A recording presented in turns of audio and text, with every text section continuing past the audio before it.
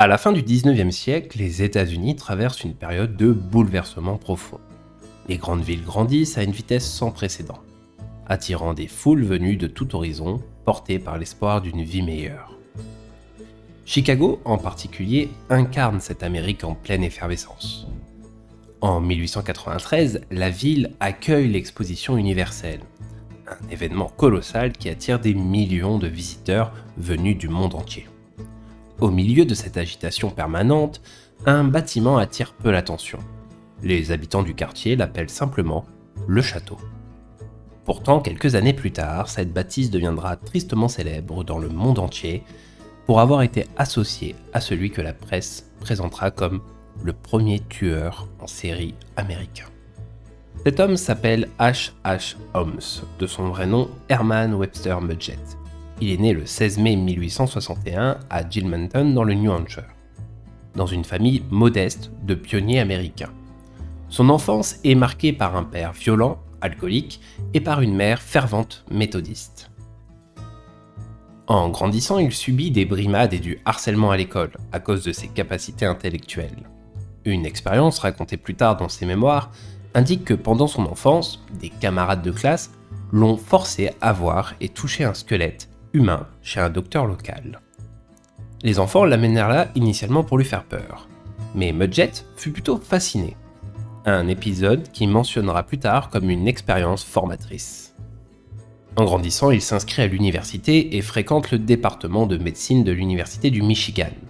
Toutefois, il n'obtient pas simplement un diplôme standard. Il fabrique un faux diplôme de médecine pour pouvoir exercer. Pendant ses années d'études, Holmes se familiarise avec la dissection et l'anatomie. Il est impliqué dans des activités assez obscures, notamment le vol de cadavres dans des laboratoires. En fait, il les défigure pour ensuite prétendre que les gens ont été tués accidentellement. Ceci dans le but d'obtenir de l'argent, des assurances sur des polices qu'il avait souscrites sur chacune des personnes décédées. Après ses études, il adopte le nom de Dr. Henry Howard Holmes. H.H. Holmes est né. Et il s'installe à Chicago vers 1886.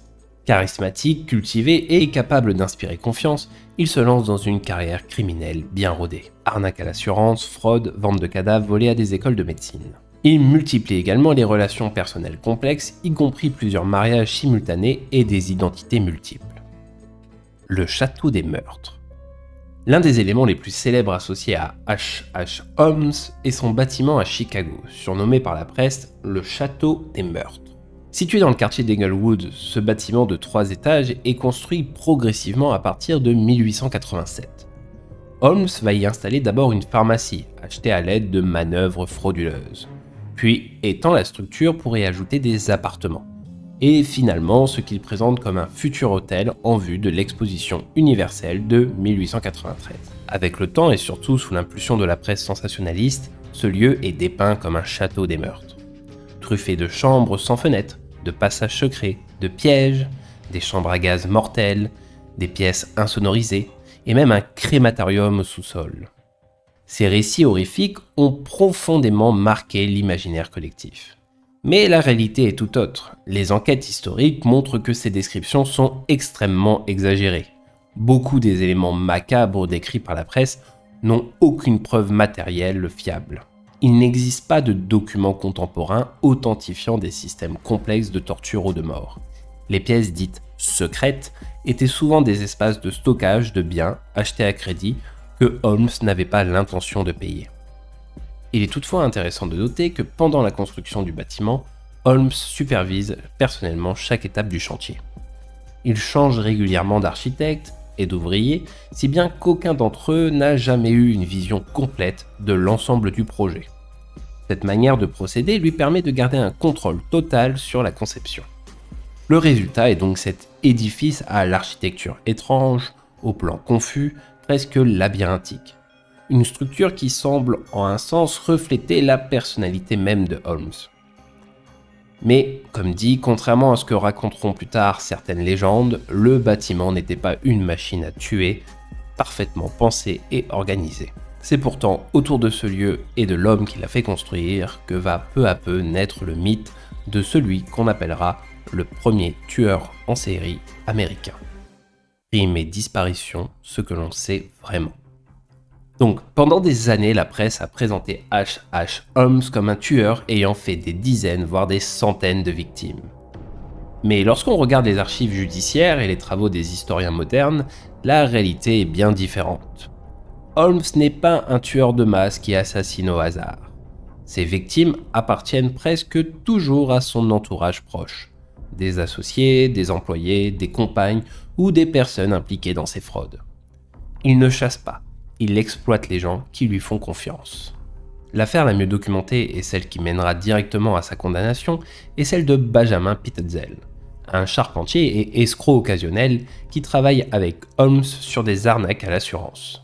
Holmes va venir convaincre Pitezel de souscrire une importante assurance vie en lui promettant de simuler sa mort dans un faux accident afin de toucher l'argent et de le partager.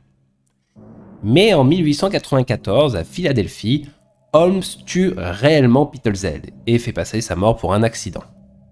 Après cela, Holmes prend en charge 3 des enfants de Pitezel, Howard, Alice et Nellie. Il voyage avec eux à travers les États-Unis et le Canada avant de les tuer un par un. Ces 3 meurtres sont formellement établis par l'enquête policière. Ce sont eux qui feront basculer l'affaire d'une simple fraude à une affaire de meurtre multiple. À ce stade, on a déjà 4 victimes certaines. Benjamin Pitezel, Howard Pitezel, Alice Pitezel et Nellie Pitezel. Les autres victimes probables. D'autres disparitions sont très fortement liées à Holmes, même si toutes n'ont pas pu être établies avec le même niveau de certitude judiciaire. Parmi elles, Julia Smith, une employée et maîtresse de Holmes qui disparaît avec sa fille Pearl en 1891. Emmeline Cigrand, une autre employée disparue peu après avoir travaillé pour lui. Les circonstances, les témoignages et les mensonges de Holmes rendent sa responsabilité hautement probable dans ces affaires, même si les preuves viennent à manquer. Combien de victimes réellement ? Après son arrestation, Holmes affirme avoir tué 27 personnes. Et des fois, il suggère même plus. En fait, les enquêtes montrent que plusieurs personnes qu'il dit avoir tuées sont en réalité encore en vie, d'autres sont mortes de causes naturelles. En fait, ces récits sont remplis de contradictions. Mais la presse de l'époque, avide de sensationnel, parle de plus de 200 victimes. Combien ? Ces chiffres sont aujourd'hui considérés comme totalement fantaisistes. Les historiens aujourd'hui estiment réellement que le nombre de victimes certaines est d'au moins 4 et que le nombre de victimes probables se situe autour de 8 à 10. Au-delà, on rentre dans la spéculation. Un mode opératoire calculé. Ce qui caractérise Holmes, ce n'est pas la frénésie, c'est le calcul. Il tue presque toujours pour de l'argent, assurance, héritage, etc., pour éliminer un complice gênant ou pour faire disparaître un problème. Il n'y a pas de pulsion à contrôler, le meurtre à ce moment-là est une décision calculée, utilitaire. Les aveux, un dernier mensonge. En prison, Holmes écrit et dicte plusieurs versions de ses aveux. Elles sont toutes différentes. Il y change les victimes, les lieux, les méthodes.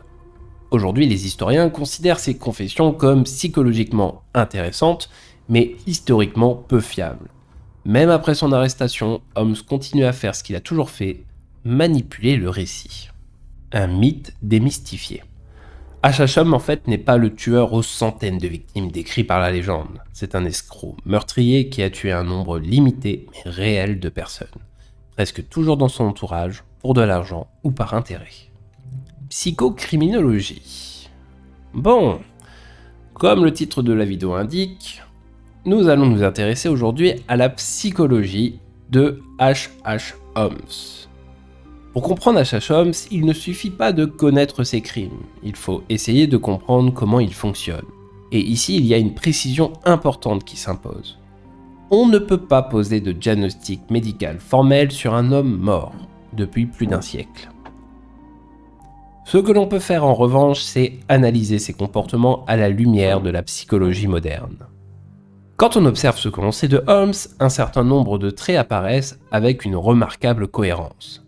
D'abord le mensonge. Holmes ment. Il ment sur son identité, sur son passé, sur ses compétences, sur ses relations et même sur ses propres crimes.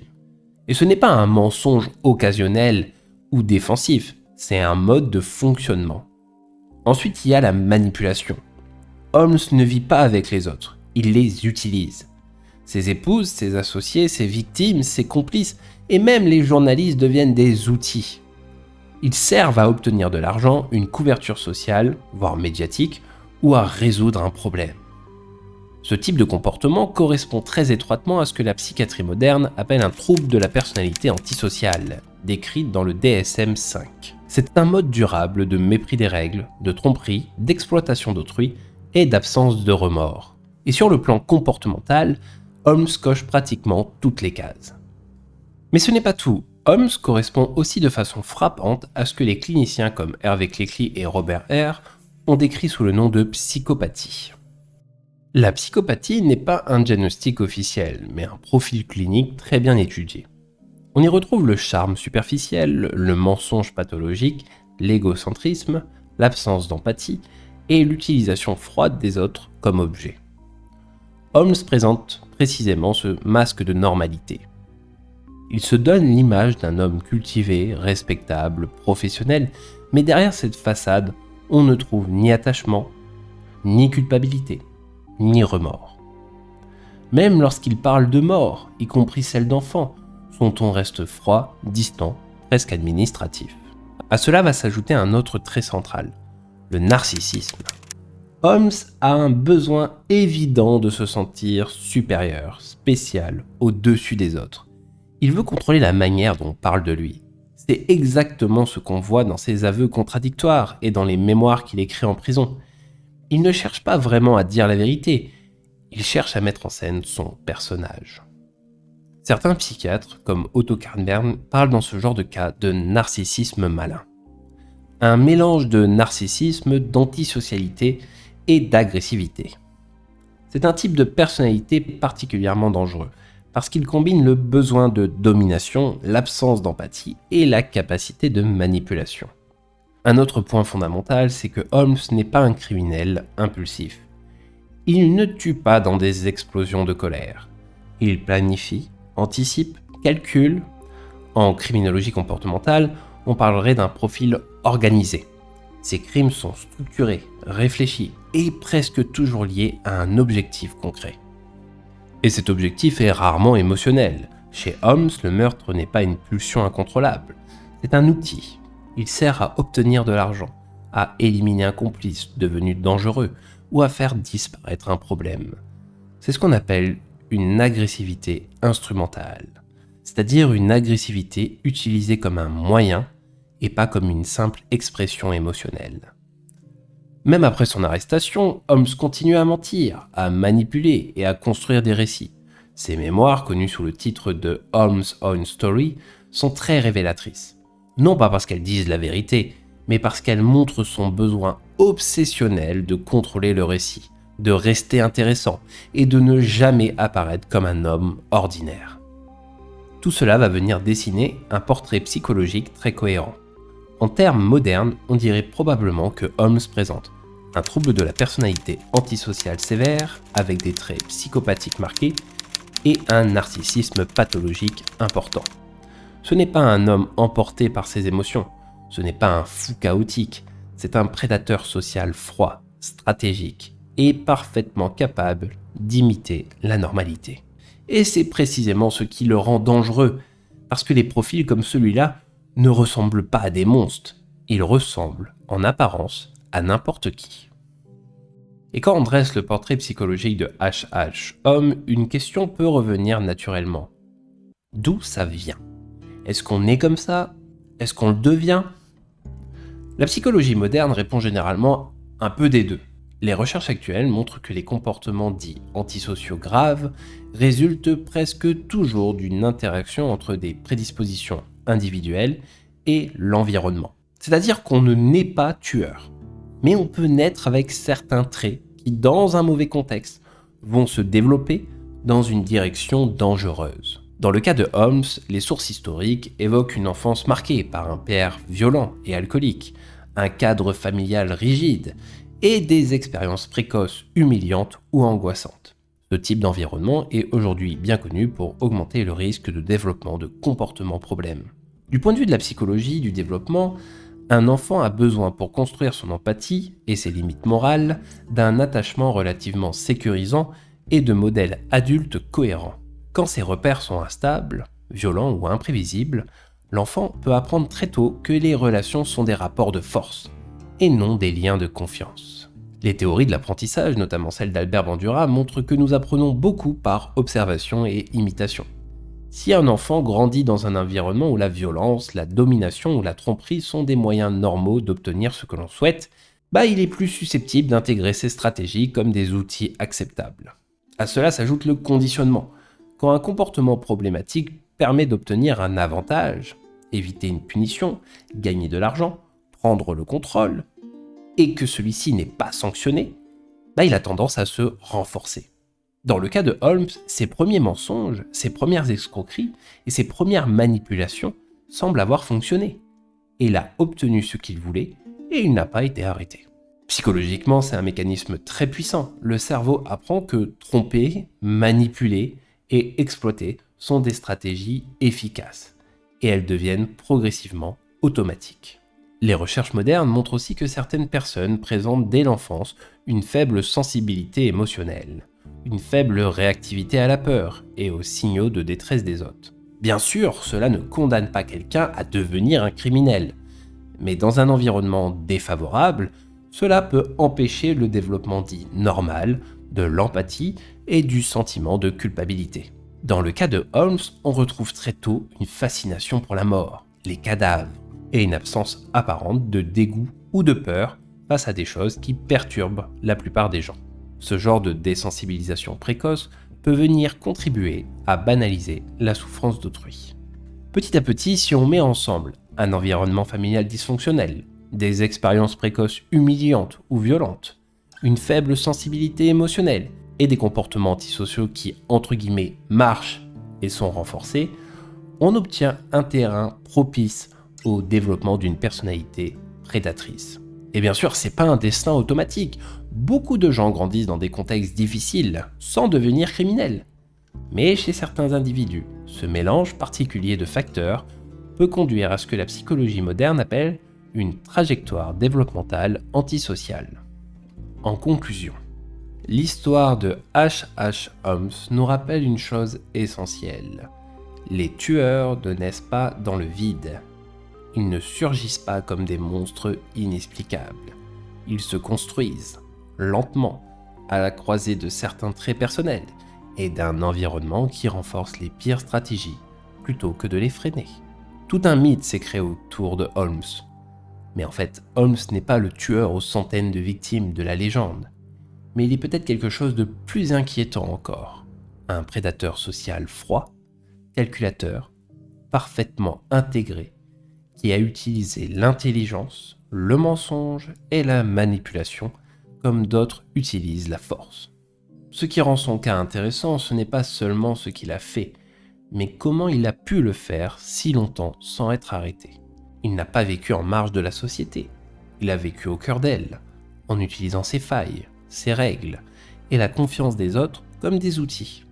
Son parcours montre aussi que ce type de personnalité ne se forme pas en un jour. Il se construit par petites étapes. Chaque mensonge qui fonctionne, chaque manipulation qui réussit, chaque limite morale qu'il dépasse sans conséquence. Et c'est peut-être ça la leçon la plus dérangeante. Le danger ne vient pas toujours de ceux qui font peur. Il vient parfois de ceux qui savent parfaitement imiter la normalité.